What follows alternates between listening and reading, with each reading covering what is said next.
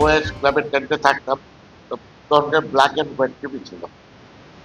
আহ, রাত্র তখন 9টা না 8টার দিকে খেলাগুলো তো দেখতাম। তখন এই প্রথম ম্যারাডোনা দেখতাম। ম্যারাডোনা কিন্তু খুব ভালো খেললো। তখন তিনি ম্যারাডোনার প্রতি একটা ভক্ত বা এটা হয়ে গেলাম তার প্রতি।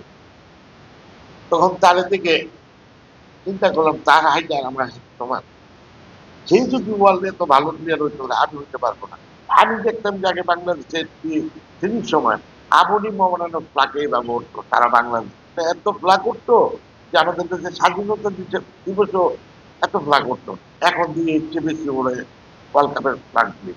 তো এটা এটা উড়াতে আমাদের বাংলাদেশে একটা জিনিস কিন্তু শিক্ষা হইতেছে।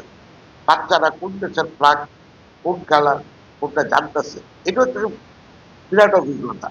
ম্যারাডোনা যখন পপুলার হয়ে গেল আমি ইন্ডিয়াতে মোহামেডান টিমের সাথে এশিয়া ক্লাব কাপ খেলতে গেলাম। তা আমি একটা ম্যারাডোনার মতন ভুল করছিলাম। তো তখন ইন্ডিয়াতে ক্যালকাটাতে একটা পেপার ছিল আনন্দবাজার। আনন্দবাজারে একটা ফিচার উঠলো যে ওপার বাংলার ম্যারাডোনা। তো ওই ছবিটা দিয়ে ওরা এটা প্রচার করছিল। তখন থেকে আমার ম্যারাডোনা বাংলাদেশের প্লেয়াররা বা সমর্থকরা ডাক। সত্যি কথা এই খেলাধুলা যখন শেষ পর্যায়ে খেলাধুলা তো দেখতেই হয়। টিভির মাধ্যমে দেখি।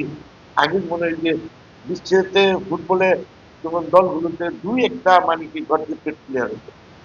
এখন দেখেন ওয়ার্ল্ডের কতটি প্লেয়ার বেরিয়েছে। ক্রিস্টানো রোনালদো, মেসি, এমবাপ্পে।